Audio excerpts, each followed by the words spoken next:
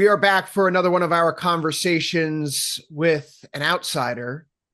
You're watching Tasty Live. This is part of our guest series. I'm your host, Chris Vecchio. Today, we have a special guest here, an options-focused gentleman, just like ourselves, Tasty Nation. Barry Martin from Shelton Capital is joining us to break down how his ETF SEPI fits into the income plus upside world. Barry, it's a good time to have you. Since we joined the green room, oil's jumped a full dollar.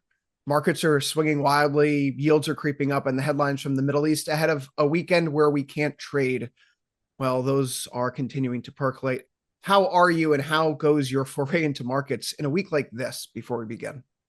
Yeah, I mean, this week's been crazy. We had obviously elevated volatility with the VIX hitting 28. It's the most volatility since we had since last November. What we're doing in our strategy is consistently selling covered calls on underlying equities. And so recently we've had a lot of dispersion in the market. Obviously, you had some big names getting killed, software, other names like energy, the same taking off. So how we differ from other option overlay strategies is that we're really active on the option side. So we're taking advantage of software, and then we've been rolling our options like on the energy and staples portions. And we trade a little differently.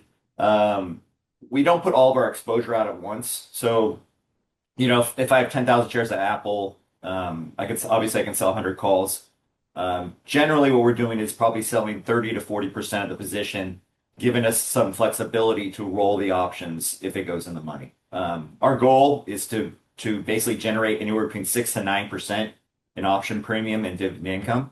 Yeah, that's what we're doing. So when the volatility expands like it is, we're taking advantage of it, writing shorter dated calls, and rolling a lot. So we're really active on the option side. Before we get to SEPI, let's take a step back. I think the path to how you got to this point is worth discussing. Your background shows you've been managing options and overlay strategies for more than 20 years. What drew you to options-based income in the first place, and how has that evolved through different market regimes? Yeah, I live in the Bay Area, and I moved up here during the tech bubble right after college, and I was an analyst at Cisco Systems, working, and my good friend said, "Hey, I got an options trading position available for you," and I was like, "Oh, that sounds interesting." I was a finance major, but I was going to tech, and I was like, "Eh." Options trading sounds like fun. So, so it was in my early 20s, started trading options in actually through the ice in Palo Alto. And then I moved to portfolio management. And, back then we were doing mainly covered call writing consistently. And back then it was a niche product, right? It was institutional, high net worth clients. And then that whole product has dramatically grown, over the last 25 years. A lot of help to people like yourself, Think Pipes, Think Swim, back in the days, really brought education and option trading to the market. And you've seen costs come down dramatically. And so it's just become a really derivative income categories. It's become really popular, especially over the last 5 years. We've seen our business grow dramatically. We've had zero in AUM. Now I manage over 2 billion in AUM.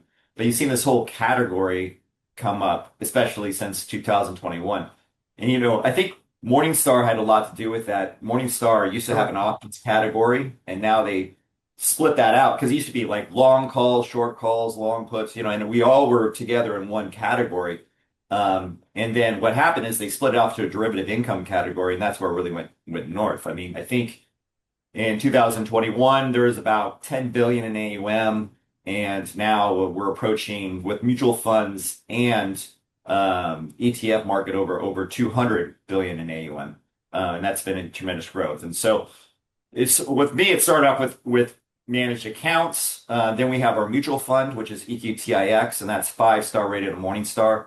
And so most of our clients, I'd say 90% of our clients are advisors, and advisors started asking about, can you do something similar in ETF? So it's basically, we have their separately managed accounts, the mutual funds, now your ETF. So we basically have our three legs of the stool.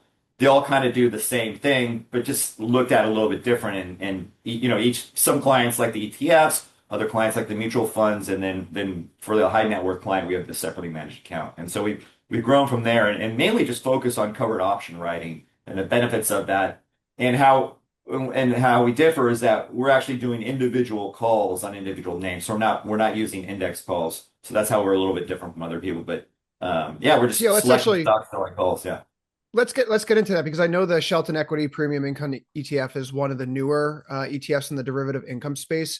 You Mhm. write these covered calls on individual stocks rather than the broader indexes. So for traders who live and breathe options like our audience here, what's the strategic rationale behind single stock call writing in today's environment? Yeah, I don't know if you've noticed recently that the dispersion between index volatility, individual name volatility has been wider. It's really time to separate. And there's various beliefs on why that is. It could be, the big, large elephant in the room products that are selling index fall might be dampening that. I've seen other people not worried about macro risk compared to individual names risk. We just like to be more active on the equity side and on the equity option side. So we're active on the stock selection portion, and then we're active on the option portion. So we're not systematic option trading. We're going to sell 2% out of the money the third Thursday before expiration. We're not doing that. Right. We're seeing what the market's given us at that time and trading around each individual stock and the option around it. And we think it's a better way to approach it for some people. I mean, obviously you can do the passive ones that are quite popular, but for us, it's like we're a little bit more nimble and active Yeah, with our trading, and we're taking advantage of that single stock ball. sure. You mentioned education earlier. What's one of the bigger misconceptions you see among investors, traders, or advisors about options-based income strategies? What's the education that we're often missing? Yeah, I think a lot of people understand this, but for us, it's the distribution yield and how that could be the shiny object when you're looking at something. So if you see a product that's paying out, I don't know, 12% or 15% or 20%, there's a reason for that.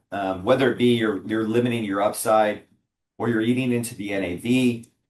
So it's some of those things where for us, I like to look at, you want some growth in the portfolio and you want some option premium distribution. So it's that balancing act between those two. Also for me, it's we don't chase the ball where a really volatile stock will pay a lot for an option side if you're selling that option, but you have that downside risk. So you have to really Right. be aware of the asymmetric returns of covered option writing. And when you go to the more volatile stocks, it opens up your downside more than obviously your upside. So it's just one of those things just to be aware of it and to think about when you're trading the options. And that's how we look at it. For us and the stocks that we own and the Mhm. options that we sell, if I use an analogy, the speed limit is 65. I'm driving 55 miles an hour trying to avoid potholes because of the asymmetric returns of the covered call. So that's how we look at things. Well, I'm trying to live that way myself right now in the Yes. oil market, but I have Yeah, my oil exactly. chart here on like the left-hand side of the screen and watching it tick higher and Ugh. not avoiding those potholes here today myself. We were exchanging notes before the show, and you had mentioned that you have this unpublished survey about investor preferences, and I thought some of those results were fairly interesting. Your survey shows that advisors and longer term investors are thinking about income first, 41%, but capital appreciation isn't too far behind at 32%. Yeah. So in a week like this, with these headlines, the oil jumps, the movement in yields, how do you weigh the trade-off between steady cash and giving up potential upside convexity? Yeah, I mean, I think it was first of all, I was pretty. It was interesting that this survey came back, and it also said like 90% of advisors are actually using these products now, which is crazy to think of, 20 years That's ago. really interesting. Yeah, so it's like it's growing dramatically. And I was actually kind of shocked at the 41% using it only for income. I actually think that'd be higher. Our clients mainly use it for income. And I think a lot of that has to do with the demographics of today's society. Wall Street Journal had an article last year, I don't know if you see it, but they called it Boomer Candy. And I think it's really makes sense of who's using it and why. So when you're thinking about the upside and the distribution level, it's kind of where you are in life. So if you're drawing down your portfolio and you're in retirement, that makes sense. So your upside is not as important, for lack of a better term, and you're living off of you're living off the distribution. So if it's someone like myself, I use this product, obviously for a risk mitigation strategy, just to get a little bit smoother ride. So I don't need, for me, my upside, I do need some upside. Mhm. And so if you're looking at a product that's paying out more, then obviously your upside is more limited. So it's kind of like where you are in life, what you want to do with the portfolio, and if you're actually trading your own stock, then you'd have your own view of that individual stock and where you think the upside is and the target price and stuff like that. So I would just kind of look at it that way, just kind of where you are in life from a product point of view. But if you're trading it individually, just what you think of the individual underlying equity. Very generous with your time here today. I'm curious, as we wrap this up right now, looking ahead, what market or volatility signals that could come about, perhaps something from the Middle East, maybe not, that could change SEPI's approach or signal maybe new opportunity for income plus upside type of traders and investors? Yeah, I mean, I think right now it's obviously this energy price shock and how long this will go on for. So I think that's the big unknown right now. I think in general, obviously we had a weak labor market number this morning. So now you're kind of balancing. So I guess there's three things you're kind of balancing out. You're like what's going to happen in Iran, and then the job market and inflation, right? And so how those things affect you or affect the portfolio, you really got to take advantage of. But I think for us is like we're always looking at the ball, and at the end of the day, we're generating additional cash returns by monetizing the volatility of these underlying positions, right? And we do that by selling covered calls. So it really, it depends on where volatility goes. If it remains up here, we'll be more active selling shorter dated stuff and really taking advantage of the movements of the stocks and rolling and whatnot. If it pulls back, if volatility drops, then that would be in theory likely healthy for the underlying equities.